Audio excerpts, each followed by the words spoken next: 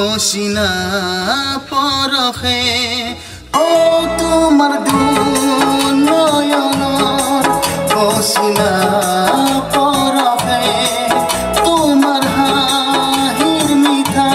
চাৱনি মধু ভৰা কৃষ্ণ তোৰ কৰি যায় তোমাৰ চাৱনি মধু ভৰা